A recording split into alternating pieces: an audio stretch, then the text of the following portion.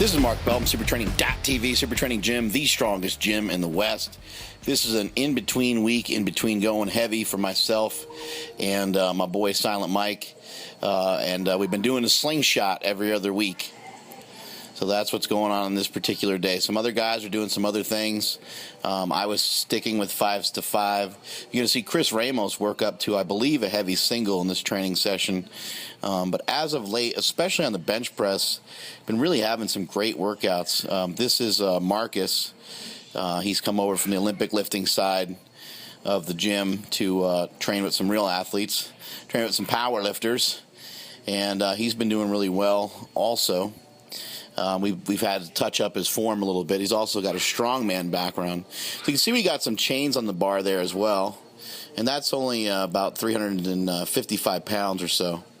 But like I said, we're doing sets of 5. It's a tweener week for me, trying to keep the weights a little bit lighter. And here is Biscuit Bill. Biscuit Bill actually this week hit a 455 bench, which was a big PR, not in this video, but in the next week of benches that you'll see. And it's all due to improved form.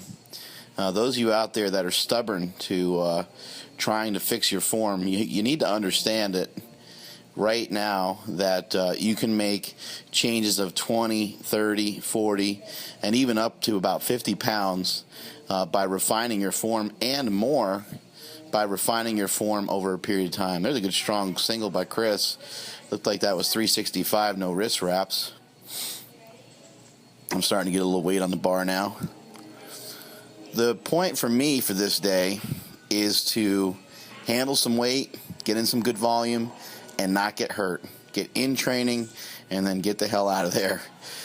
Try to get in some good training, good stimulus, and get away from it all before it wrecks me.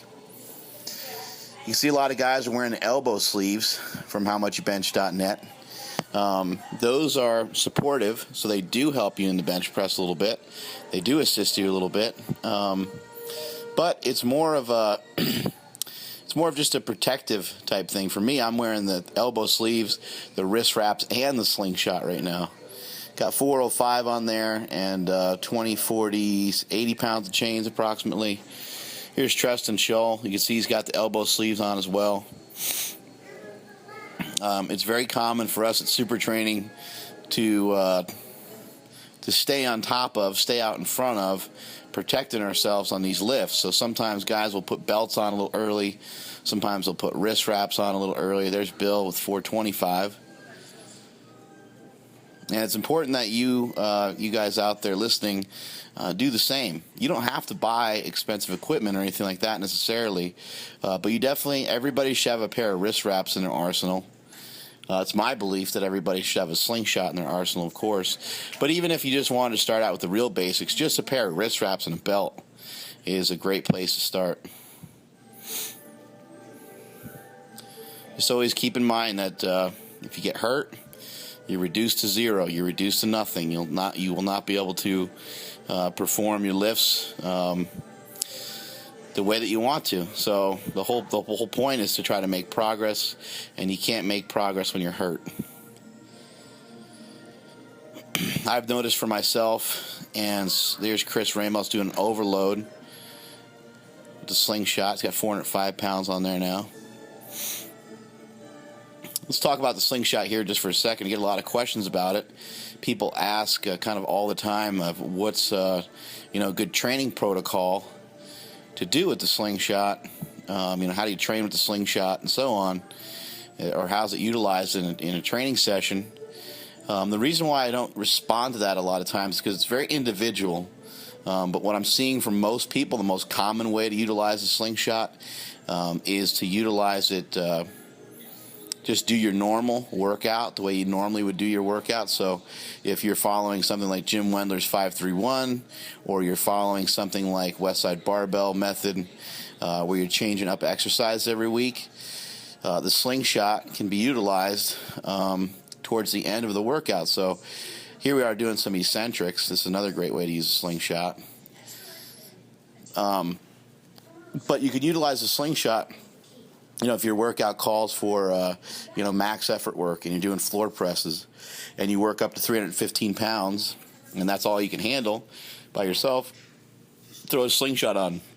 Make 20-pound jumps until you can't make the lift anymore. Then you're going to do you're going to do 335, probably 355, and maybe around 365 or 375, somewhere in that range. So you have 3 or 4 extra sets in there that you normally would have never been able to do.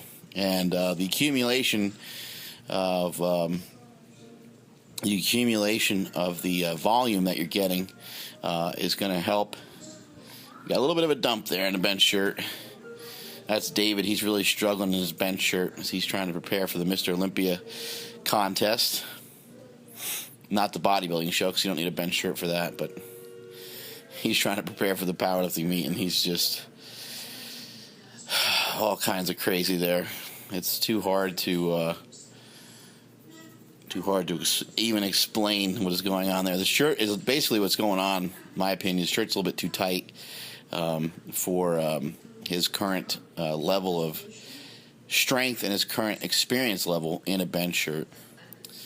But yeah, the slingshot can be utilized in a lot of different ways.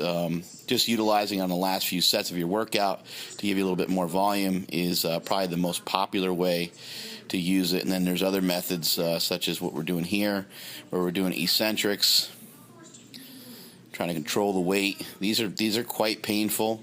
We've also done eccentrics in the slingshot where the spotter actually lifts the weight for you. We did 5 reps, all in the same workout. 5 reps, 3 reps, 1 rep. I worked my way up to about 605 that way, and it's extremely painful.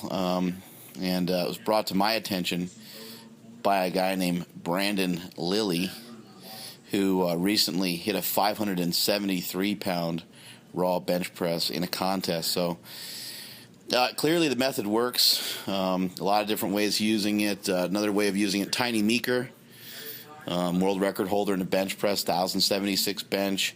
He likes to utilize his slingshot for really high reps. He'll do 315 for 40 reps. And he likes to use the Mad Dog slingshot. Eric Spoto, world record holder in the raw bench press. He likes to utilize his slingshot just for some slight overload and to avoid injury. And that is it from supertraining.tv.